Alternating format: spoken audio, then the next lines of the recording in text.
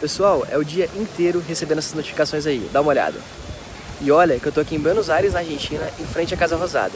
Se você quer também receber essas notificações todos os dias no seu celular, então clique no link na descrição desse vídeo, que eu vou te ensinar exatamente como que eu faço. É isso, ó, Flamengo precisando, né, Lofredo? Bom dia. Bom dia, Elisandra. Precisa vencer o Vasco se quiser ser campeão brasileiro antes da Libertadores. Isso, precisar assim também não precisa. E o Vasco bom, precisa, para se sentir logo livre desse fantasma do rebaixamento. Tá interessante esse clássico. O Vasco precisa mais do que o Flamengo, mas também assim, é um clássico de necessidades imediatas, tá? Claro. Então, o Flamengo precisa ganhar do Vasco, porque o sempre precisa ganhar do Vasco, e o Vasco precisa ganhar do Flamengo, porque sempre precisa ganhar do Flamengo, mas nada vai mudar o desenvolvimento final, a parte final do campeonato para as duas equipes. Tanto o Vasco vai se salvar, como, no meu entender, já se salvou, quanto o Flamengo vai ser campeão. A questão é quando. Se o Vasco vencer hoje, oficialmente, o Vasco está livre do rebaixamento, porque com 45 pontos, num campeonato como esse, é praticamente impossível ser rebaixado, tá? E se o Flamengo vencer, ele se credencia a ser campeão no final de semana. O que também não faz muita diferença. É só uma questão do torcedor querer ser campeão antes da Libertadores e dos jogadores, porque psicologicamente pode dar um benefício na decisão da Libertadores. Então, assim, para o imediatismo, o clássico sim, é muito relevante. Os 3 pontos do clássico são relevantes. Agora, para o resultado final, não vai mudar nada. Agora, em clássicos, o Flamengo leva larga vantagem em cima do Vasco e dos outros adversários cariocas também, falando aí de clássicos regionais, né? A gente tem os números para mostrar, ó. O Flamengo jogou 14 clássicos no ano, 9 vitórias, só uma derrota. O Vasco em 12 só venceu 4 vezes e perdeu outras 4. Aí comparando com os demais, ó, Botafogo e Fluminense, os dois só têm 2 vitórias em clássicos, o Fluminense tem 7 derrotas. Isso. Aí confrontos diretos entre Flamengo e Vasco. 2 empates, o Flamengo tá invicto, tá no ano, isso aí é a temporada. Flamengo, eles têm 2 empates logo no início do ano, campeonato estadual, depois uma sequência de 3 vitórias do Flamengo. Uma ainda no Carioca, 2 no Carioca, né? E a última mais recente, 4-1 no Campeonato Brasileiro. A última vez em que o Vasco venceu o Flamengo foi em 2016, 24 de abril, pelo Campeonato Carioca, 2-0. Se tratar esse jogo como um jogo decisivo, então piora a situação do Vasco ainda mais, né? Porque há muito tempo que o Vasco tem dificuldade com o Flamengo em jogos decisivos. Se esse jogo for um jogo decisivo para o momento, acho que para o momento ele que o campeonato no geral não, mas eu acho que o Flamengo é plenamente favorito, mas não é só pelo retrospecto, né? Aliás, é muito menos pelo retrospecto, porque vale é o futebol que está sendo jogado na atualidade.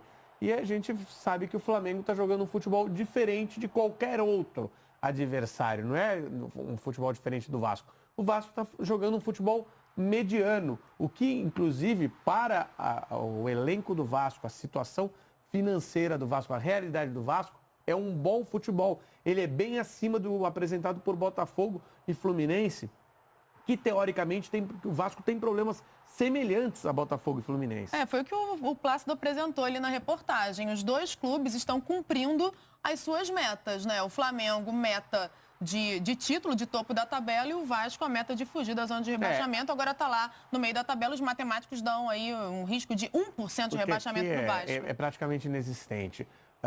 A questão é que o torcedor do Vasco, em determinado momento, teve a impressão de que esse time poderia ter ido um pouquinho além.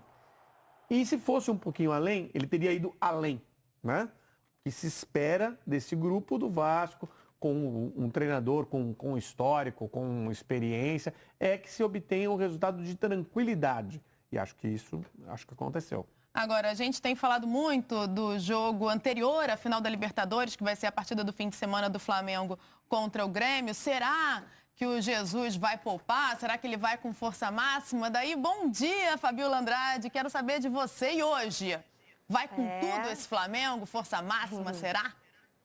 Bom dia, Lisandra. Bom dia, Lofredo. Eu vou plagiar o Juca Kfouri, que eu ouvi hoje na CBN. Hoje tem Flamengo? Então tem futebol. Pronto. Para arrumar confusão com o Brasil inteiro. Se hoje tem Flamengo, hoje tem futebol. porque todo mundo, como o Lofredo fala sempre aqui no News, para assistir o jogo do Flamengo. Um clássico que já colocou no Maracanã quase 175 mil pessoas. Vocês já imaginaram, né, Outros Lofredo? tempos, né? 175 mil pessoas no Maraca. Esse clássico já levou o clássico dos milhões. E com certeza, respondendo a Lisandra, vai com força total. Rafinha volta, né, de suspensão. Jorge Jesus volta também a comandar a equipe ali. Só o Arrascaeta aí que ainda é dúvida, mas eu tenho certeza que Jorge Jesus vai colocar tudo o que ele tem e mais um pouco. E é difícil até arriscar algum palpite a respeito do retorno ou não do Arrascaeta nesse jogo, porque o departamento médico do Flamengo Mágico. é mágico, é muito eficiente, mas também é muito sigiloso. Mas veja só, fazia todo sentido ter o Arrascaeta contra o Grêmio.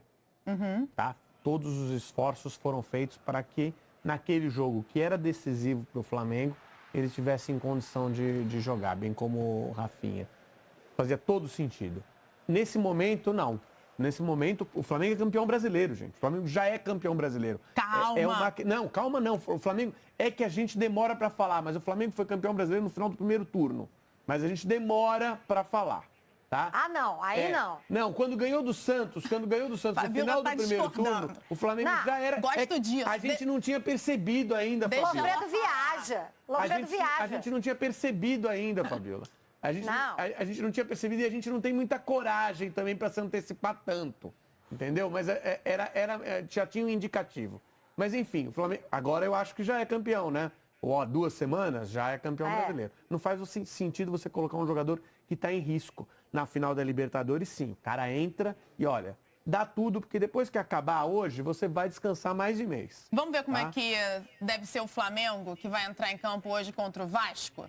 Vamos lá. Diego Alves no gol, nenhuma grande surpresa, né? Força máxima. Rafinha, Rodrigo Caio, Pablo Mari, Felipe Luiz. Rafinha voltando. Aí o meio com William Arão, Gerson, Everton Ribeiro, ali a dúvida, Arrascaeta ou Vitinho, mas tem mais gente aí nessa briga. E na frente, Gabigol e Bruno Henrique. Lofredo, a gente estava conversando aqui antes, né? Arrascaeta e Vitinho. Na ausência do Arrascaeta, o Jesus realmente usou o Vitinho como titular nas partidas anteriores. Mas o Renier tá aí forte nessa briga. Tem entrado com o Vitinho, mas deu mais certo com o Renier. Eu acho que funcionou melhor com o Renier, que deu mais opções para o sistema ofensivo, inclusive para a movimentação do Bruno Henrique e do Gabigol. E com o Vitinho ocupa um espaço do campo diferente do Renier. O Renier pode ocupar um espaço central no meio-campo ou entrar como centroavante, abrindo Bruno Henrique e Gabriel pelos lados do campo, como surgiu esse gol, por exemplo. Você vê que o Gabriel faz a jogada pela direita, o Renier está dentro da área como centroavante e o Bruno Henrique aparece já pelo lado esquerdo. E assim, então, essa jogada também, ele está ali posicionado dentro da área. Ele já se mostrou ser um meia que pode fazer o falso 9.